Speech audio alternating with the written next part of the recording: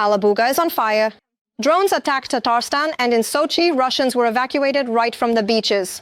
Trump and Putin will meet as soon as August 15th. Details of the upcoming negotiations.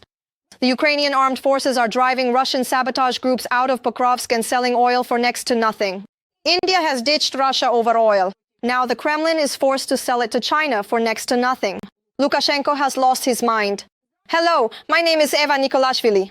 Right now, let's talk about the main news. But first, please like this video and subscribe to our channel so we don't lose each other on YouTube. Circle the date in your calendar in red. It is now known when and where Trump and Putin will meet, August 15th in Alaska.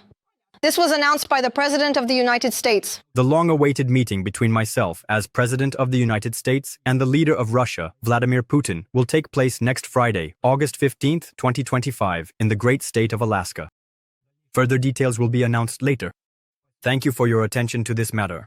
This has also been confirmed by the Kremlin. The American side has just announced that an agreement has been reached to organize a meeting between the presidents of Russia and the United States, Vladimir Putin and Donald Trump, on August 15th, which is a Friday in Alaska.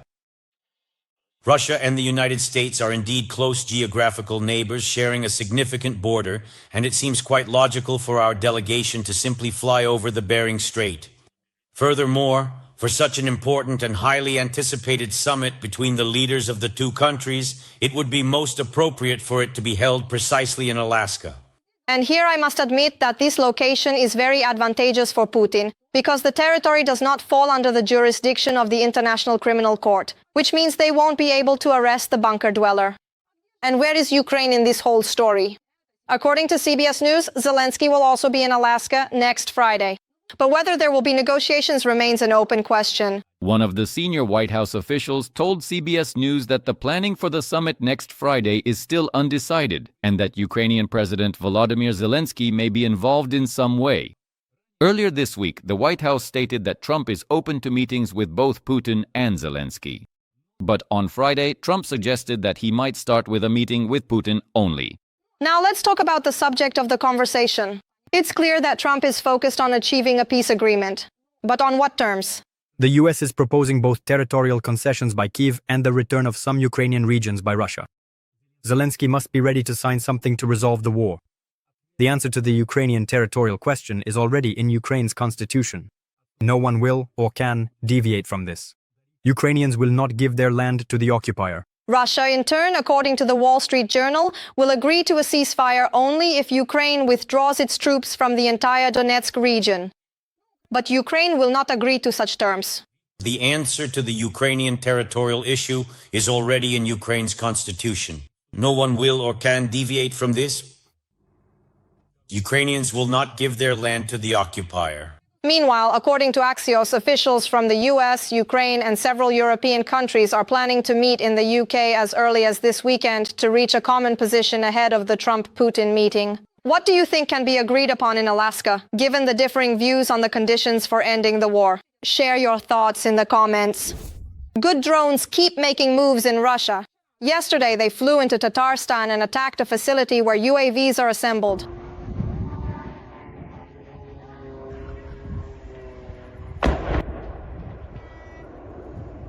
Preliminary reports indicate a hit on a logistics terminal in Yelabuga. And while we wait for more details on the successful drone raid in Tatarstan, there's another hot topic to discuss. The day before, the GUAR carried out a brilliant special operation and attacked the Russian 90th Anti-Aircraft Missile Brigade in the village of Afipsky, Krasnodar Krai. According to Ukrainian media citing sources, 2 explosions occurred near the checkpoint. At least 12 occupiers were eliminated and dozens more were wounded. Enemy equipment was also destroyed. The 90th Russian Anti-Aircraft Missile Brigade, which was attacked during the special operation, is involved in Russia's armed aggression against Ukraine in the Kherson and Zaporizhzhia directions. In Russia, they are trying to cover up the incident and are removing all mentions of the explosions and so on from the media. However, this is not the only good news from Ukrainian intelligence. Sure, drones flew into Crimea and struck one of the Russians' most valuable radars there, the Yenisei. But let's return to Krasnodar Krai. This is already the second attack on Afipsky. A day before the Har operation, drones attacked the local oil refinery. And overall, it seems Russians aren't feeling very comfortable in Krasnodar Krai. On Friday, vacationers in Sochi were evacuated from the beaches due to a drone attack. Spectators at the concert of American rapper Akon were also evacuated. He was supposed to perform at the Iceberg Skating Palace, but right before the concert, an evacuation was announced there due to the threat of a drone attack. The audience was ushered into the lobby, where they continued to wait for the concert to start. After such an evacuation, Russians began returning their tickets en masse. 80 flights have been delayed at Sochi airport. Oh, what? You don't like all the excitement? And returning to Russia's likely demand to hand over the entire Donetsk region, analysts at the Institute for the Study of War say that surrendering the Donbas would force Ukraine to give up the belt of fortifications that has held back Russia for 11 years. Every voice matters. Join our community, support independent journalism and help us bring you the truth from Ukraine. Become a member of Ukraine Today. Join us now. This defensive barrier stretches for about 50 kilometers along the N20 highway from Konstantinovka to Sloviansk and includes 4 major cities and a number of smaller settlements. The northern section is formed by Sloviansk and Kramatorsk. These are key logistical hubs for the Ukrainian armed forces. The southern part consists of Druzhkivka, Alexeyevo-Druzhkovka, and Konstantinovka. Losing this defensive belt would open the way for Russian forces into the Dnipropetrovsk region, where there are no such strong fortifications. Ukraine would have to urgently construct a new defensive line along the borders of the Kharkiv and Dnipropetrovsk regions. Moreover, the terrain there is less suitable for defense. This would require large-scale investments and time. But for now, Russia can only dream of this scenario because Ukrainian defenders continue to protect the country, even though every day on the front lines becomes increasingly difficult. The Pokrovsky direction remains the most active. There, the enemy carried out 45 attacks in the past day, and the enemy does not plan to slow down the pace of their offensive. Here's what the soldier with the call sign Machnoy writes. The approaches to the city from the south are under our constant control and monitoring. But the enemy is trying to destabilize the defense through localized attacks. Inside the city, our units maintain control and respond to enemy incursions. However, such actions by the Russians indicate a worsening of the situation. They are actively searching for weak spots and are not afraid to take risks to break inside. Therefore, it is necessary to strengthen patrols, fortifications, and operational control throughout the city to prevent them from running amok. The AFU not only repel attacks, but also successfully eliminate occupiers right in Pokrovsk itself, where they continue to slip in as part of sabotage and reconnaissance groups. In addition, Russians are being taken prisoner in Pokrovsk. So, despite the Russian pressure, Pokrovsk is Ukraine. The Ukrainian flag is flying over the city. However, on some sections of the front, Russia is making gains. The enemy has occupied Novokatske and Tolstoy, and has also advanced near Verkhnekamenske, Novospaske, Nikanorivka, Voskresenka, Zelenihai, and Toretsk.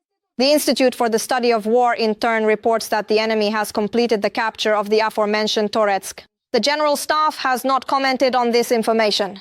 According to the military, the enemy continues to exert pressure in the Novopavlivka direction. In the area of Muravka, the enemy is trying to become more active with small assault groups, especially from the southern and southeastern flanks.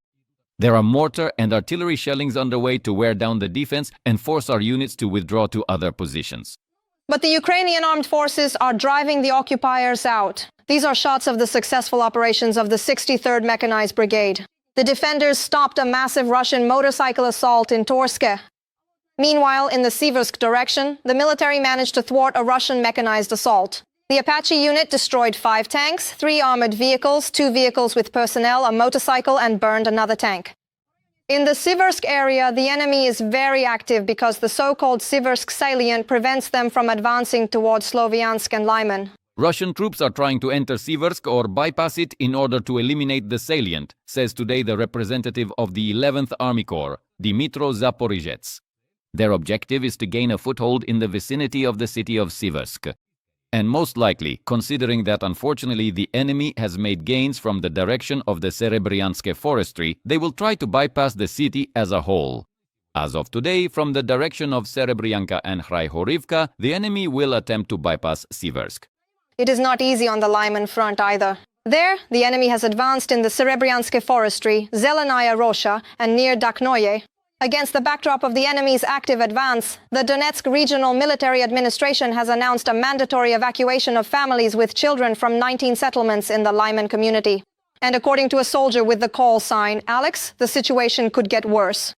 After reaching the line of Torsky and Yampolivka and advancing in the area of Bilohorivka and Hrihorivka, where Esov units had held the defense since the end of 2022, the situation in this direction has significantly worsened, and the enemy, as expected, turned its attention to the Serebryansky forestry, beginning to take control of positions due to a more advantageous operational situation. Overall, the situation there is bad, and it could get even worse for the entire Siversk direction in the future. Let's thank our defenders, they are titans, and I ask you to support the military and donate to the army. The Russian Navy is down one vessel. In St. Petersburg, right at the pier of the Baltic shipyard, the tugboat Captain Ushakov sank. The captain went underwater under the cover of night. Even the entire factory shift, which fought to save the vessel until dawn, couldn't rescue the tugboat. The vessel, which had been leased by the Yaroslavl shipbuilding plant for completion, listed to starboard, after which water flooded the auxiliary machinery compartments and the ship settled on the bottom. The circumstances under which the Captain Ushakov sank are being investigated by the Investigative Committee of the Russian Federation, who definitely won't get a pat on the head. I honestly don't even know where to start here, but it seems to me that when they were spraying the fields in Belarus with some kind of roundup against pests, Lukashenko might have inhaled a bit himself. Otherwise, I can't explain the new interview with Batka. I believe that Trump really does want to achieve peace, but that's not how it's done. Listen, I said, I gave 50 days. Yes, he wants things done quickly. He always needs to understand that he could be sent to and that's exactly what Putin does. He sends him. Well, he hasn't sent him yet, but he could. If at this point it seemed to you that the Bulbaführer had lost it, that's not the case. In his interview with the American journalist, Lukashenko not only called Putin cool, but also justified Russia for the invasion, and himself along with him. He insists there was no invasion at all. It was just Russian troops returning from exercises in Belarus via Kiev. The exercises were over. They took place in the south, at the training grounds in Brest and Baranovichi. If you want, you can check for yourself. No. They started withdrawing the troops. They began to pull the troops out. If you picture Gomel to the south, some by plane, but mostly by rail. That's practically right on the border with Ukraine. Yes. At some point, they turned right. That's absolutely right. They turned south to the right and along. The border is very complicated, mostly swamps and dense forests that are hard to get through. There are several such places. And it's the Chernobyl radioactive zone. Exactly. Well, that's their zone over there. They passed through our zone along the old Leningrad-Odessa road. Somewhere along there they entered Ukraine. During this withdrawal, well, it was literally just a few hours. I always say this. Do you know why, all of a sudden? And the troops were from the eastern district, from the east of Russia. I say, why did Russian troops go through Kiev to the east of Russia? Why did Putin withdraw them through Kiev to Russia? But that's a question for Zelensky, not for Putin. They got lost in the Chernobyl forests.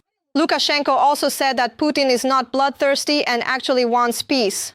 He also claimed that Bucha was staged by Ukraine and that Russians would never do such a thing.